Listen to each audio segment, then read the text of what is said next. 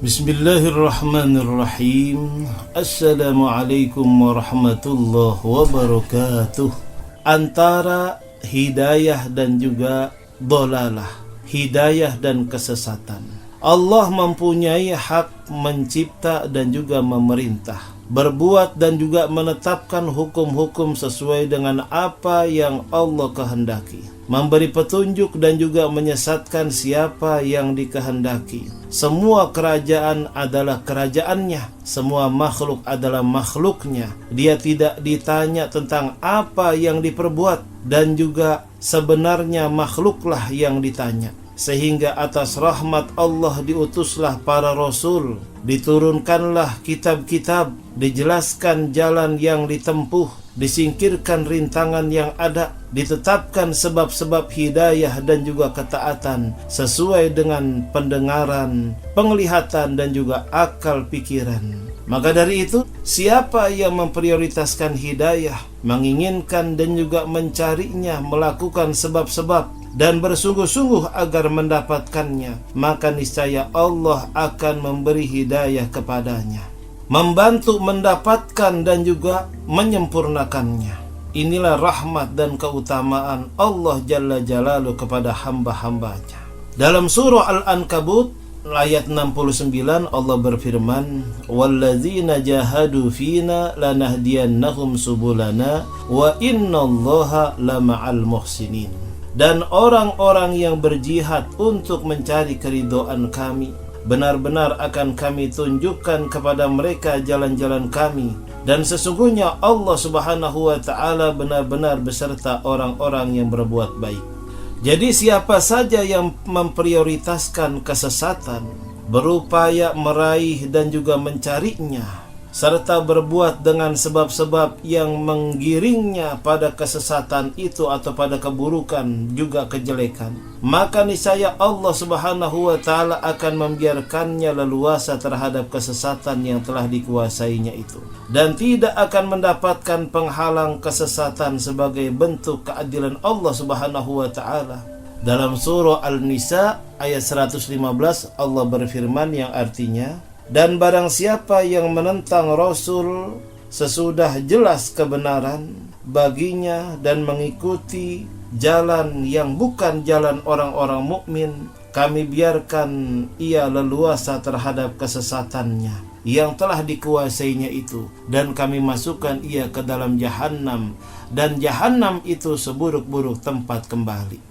Nah, oleh karena itu, may yahdillah fala mudhillalah wa may yudlil fala hadiyalah. Ya, salah satu contoh besarnya taufik dan hidayah, petunjuk dan juga kesesatan. Ya, taufik dan hidayah atau juga dhalalah, ada juga petunjuk atau juga kesesatan. Nah, itu semua adalah takdir dari Allah Subhanahu wa ta'ala yang harus kita imani, yang harus kita yakini. Oleh karena itu kita minta, Allahumma hdina fi man hadait. Ya Allah, berilah kami taufik dan hidayahmu sebagaimana engkau telah memberikan taufik dan hidayah kepada orang-orang yang kau telah berikan petunjuk. Nah, iman kepada qada dan qadar atau takdir adalah sumber ketenangan, juga sumber ketentraman, sumber kebahagiaan bagi setiap muslim atau siapa saja yang meyakininya, sehingga yakin bahwa segala sesuatu terjadi dengan takdir Allah, tidak menyombongkan diri sendiri ketika keinginannya tercapai, tidak resah meski kehilangan hal yang dicintainya atau juga mendapatkan hal-hal yang dibencinya, karena dia benar-benar yakin bahwa semua itu takdir Allah, sedangkan hal tersebut mesti terjadi, tidak bisa ditolak. Allah Subhanahu wa ta'ala berfirman dalam surah Al-Hadid ayat 22-23 yang artinya, tiada sesuatu bencana pun yang menimpa di bumi dan tidak pula pada dirimu sendiri melainkan telah tertulis dalam kitab Lauhul Mahfuz sebelum kami menciptakannya. Sesungguhnya yang demikian itu adalah mudah bagi Allah. Kami jelaskan yang demikian itu supaya kamu jangan berduka cita terhadap apa yang luput dari kamu, dan supaya kamu jangan terlalu gembira terhadap apa yang diberikannya kepadamu. Dan Allah Subhanahu wa ta'ala tidak menyukai setiap orang yang sombong lagi membanggakan diri. ma asaba min musibatin fil ardi wala fi anfusikum illa fi kitabim min qabli an nabraha inna zalika 'ala Allahi yasir.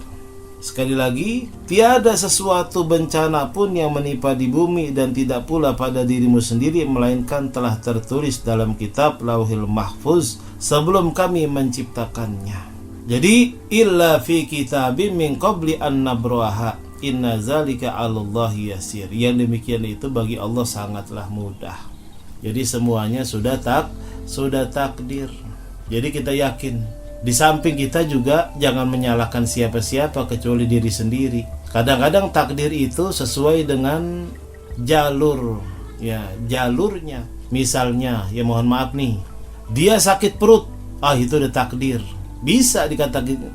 Tetapi kita lihat dulu, ada sebabnya tentunya. Dia makan gak pakai cuci tangan, makannya sembarangan, yang kotor-kotor juga dia makan. Kadang-kadang makan buah gak pakai dicuci, pantas kalau dia sakit perut.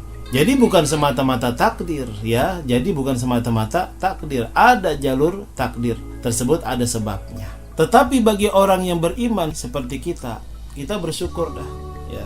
Ajaban li amril mu'min, inimruhu atau innam amrohu kullahu khair, walaysa zalika li ahadin illa li mu'min. In asobathu sarra syakara fakana khairallah, wa in asobathu dharra sabara fakana khairallah. Sungguh menakjubkan keadaan orang mukmin. Seluruh keadaannya adalah baik, dan hal tersebut tidak dimiliki kecuali bagi orang-orang yang mukmin. Jika ditimpa kegembiraan, ia bersyukur, maka menjadi kebaikan baginya. Dan jika ditimpa kesusahan, ia sabar, maka itu pun menjadi kebaikan baginya. Inilah bagi orang yang beriman, semuanya itu adalah kebaikan. Sampai Rasulullah SAW bersabda, ya, ini dalam hadis Hasan. Yang pertama itu, yang tadi sudah kita dengarkan, itu hadis Muslim. Ini sekarang hadisnya Hasan, dikeluarkan oleh Imam Ahmad radhiyallahu an. Ajibtu li mu'min in asobahu khairun hamidallah wa syakara, wa in asobathu musibah hamidallah wa sabara. Fal mu'min yu'jaru fi kulli amrihi hatta yu'jaru fil luqmah yarfa'uha ila fi imra'atihi. Saya terkagum-kagum, kata Rasulullah SAW, dengan perkara seorang mukmin. Jika ditimpa kebaikan, ia memuji Allah dan bersyukur, dan jika ditimpa musibah, ia pun memuji Allah kemudian bersabar. Mukmin diberi pahala dalam setiap urusannya, sampai diberi ganjaran atas setiap makanan yang diberikan kepada mulut istrinya. Alhamdulillah. Jadi sungguh bersyukur kita, bagi kita yang orang mukmin yang beriman dan juga orang muslim yang berislam. Kita bersyukur, semuanya adalah kebaikan buat kita. Oleh karena itu kita pertahankan rasa syukur kita ini dan juga rasa sabar ini, sehingga menjadi kunci ketetapan iman kita di hadapan Allah Subhanahu wa ta'ala. Iman adalah syukur dan sabar. Hanya dua ini, hanya iman ini yang dapat kita pertahankan. Hanya iman ini yang kita dapat bawa ke hadapan Allah Subhanahu wa ta'ala. Allahumma sabbitna bil Islam, wa sabbitna bil iman, wa sabbitna bil tauhid, wa sabbitna bil ma'rifah, wa sabbit imanana min dari dunya wa ila daril akhirah. Amin ya rabbal alamin. Subhanakallahumma wa bihamdik, asyhadu an la ilaha illa anta, nastaghfiruka wa natubu ilaik. Kurang lebihnya dari saya Al-Fakir Haji Muhammad Amin Nasri, mohon maaf. Hadanallahu wa iyyakum ajma'in. Wassalamualaikum warahmatullahi wabarakatuh.